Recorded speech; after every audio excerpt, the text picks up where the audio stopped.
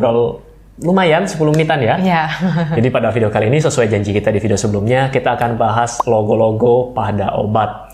Jadi mulai dari yang paling berbahaya sampai yang paling ringan efek sampingnya. Nah, kenapa Anda semua perlu tahu? Jadi supaya Anda tidak mengkonsumsi atau tidak jajan obat sembarangan. Kok jajan ya? Beli obat sembarangan ya. Nah, kita mulai dari mana nih? Dari yang paling berbahaya. Dari yang paling berbahaya.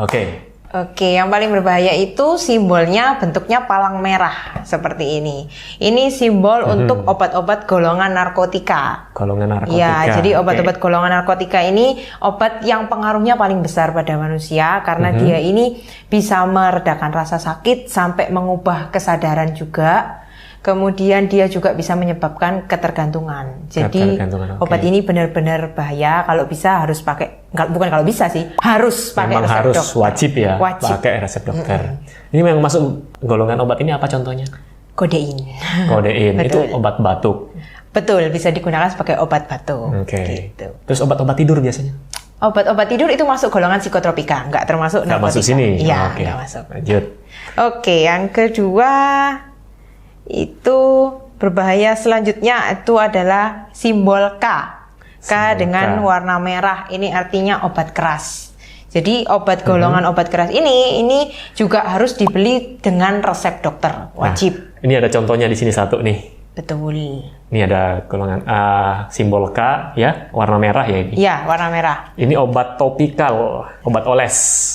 Nah, jadi walaupun obat oles ternyata harus karena kandungannya antibiotik. Kandungannya antibiotik. Gitu. Nah, sekali lagi kalau antibiotik harus dengan resep dokter. Betul. Oke, selanjutnya adalah logo simbol warna biru. Biru lingkaran hitam. Ini termasuk obat golongan bebas terbatas. Jadi masih bisa dibeli tanpa resep dokter, cuma jumlahnya tertentu. Jadi nggak boleh terlalu banyak. Nggak boleh terlalu banyak. Biasanya untuk obat-obat yang bisa menyebabkan ngantuk, untuk obat flu, pilek, seperti itu. Contohnya di sini ada CTM.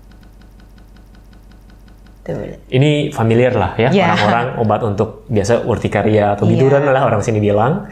Cuman perlu dibaca lagi, jadi kalau Anda mau konsumsi obat ini kan ini bisa dibeli bebas. Bisa. Tapi kan harus tahu, jadi dibaca di keterangan di belakangnya atau biasa di dalamnya itu ada kertasnya, ada brosurnya. Tolong dibaca efek sampingnya apa. Nah di sini kan tidak boleh digunakan oleh misalnya untuk wanita hamil, jadi bisa nanti kasihan janinnya gitu.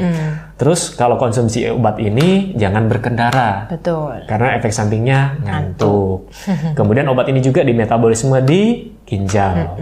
Nah, jadi untuk kalian yang punya masalah dengan ginjal, walaupun obat ini bisa Anda beli bebas, saran saya adalah konsultasikan lagi dengan dokter yang merawat Anda ya.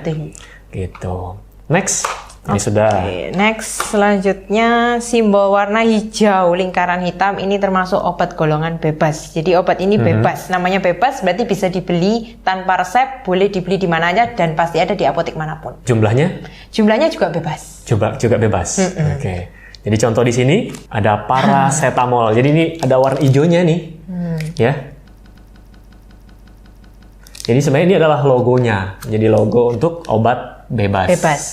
Ini bisa beli di apotek, bisa beli di warung-warung mungkin ya? Iya, ada. Ada semuanya. Nah, kalau paracetamol kan, ya ini juga sudah umum, antipiretik itu apa? Anti panas, anti demam. Iya, anti demam. Kemudian anti nyeri juga. Anti nyeri.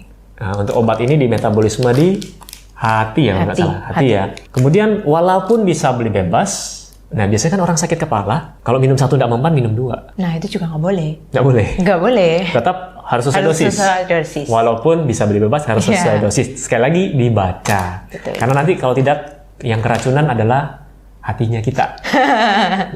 Hati. Karena di metabolisme di hati tuh. Ya. Walaupun bebas, walaupun masih aman digunakan, tetap harus sesuai dosis. Karena sekali lagi obat itu kan ada efek sampingnya. Betul. Nah, bahas efek samping ini sebelum kita lanjut.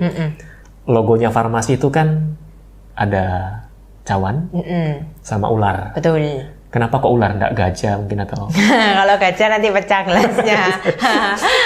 Oke. Ya itu jadi artinya cawan itu semacam mangkok untuk meramu obat. Jadi untuk tempat ramuan obat. Kemudian ular itu kenapa ditaruh ular? Soalnya ular ini karena kalau kita lihat ular ini kan berbahaya ya, bisanya berbahaya. Oke, berbisa. Racunnya itu kan bisa mematikan. Cuma kalau di farmasi racun ini justru bisa menyembuhkan orang. Bisa menyembuhkan. Iya, jadi kalau misalkan dalam dosis yang tepat, racun ini bisa menyembuhkan orang seperti itu. Dengan catatan dosisnya tepat, tapi tetap ada efek samping. Walaupun kan tidak semua orang bisa muncul efek sampingnya.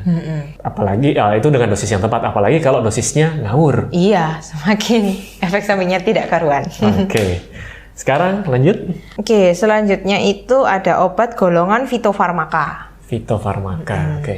Jadi fitofarmaka itu obat yang termasuk herbal juga, cuman dia ini udah diolah dengan menggunakan teknologi yang canggih dan sudah melewati uji preklinis dan klinis. Boleh jelaskan preklinis itu apa, klinis itu apa? Jadi kalau uji preklinis ini dia studinya hanya sampai uji toksisitasnya saja, tidak diuji pada manusia. Tapi kalau misalkan uji klinis ini kita sudah menggunakan manusia percobaannya. Jadi kita coba pada manusia seperti apa efeknya gitu. Oke, next.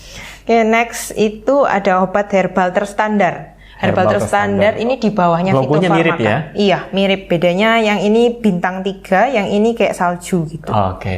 Yang herbal terstandar ini di bawahnya fitofarmaka. Jadi teknologinya lebih sederhana lagi dibandingkan itu fitofarmaka. Dan dia cuma melewati sampai uji preklinis aja, jadi sampai uji toksisitas aja, nggak sampai percobaan pada manusia. Terus yang terakhir ini yang paling ringan, yaitu obat golongan jamu. Jadi memang obat herbal tradisional yang memang murni, jadi diolahnya ya hanya dengan peralatan yang sederhana, nggak teknologi yang canggih, dan dia tidak ada uji klinis preklinis. Tidak ada uji klinis dan preklinis. Tapi kenapa kok bisa digunakan? Karena dipercaya turun-temurun dari nenek moyang. Kalau jamu seperti itu. Sudah teruji dari nenek moyang. Betul. Berarti bukan ujinya bukan uji preklinis klinis.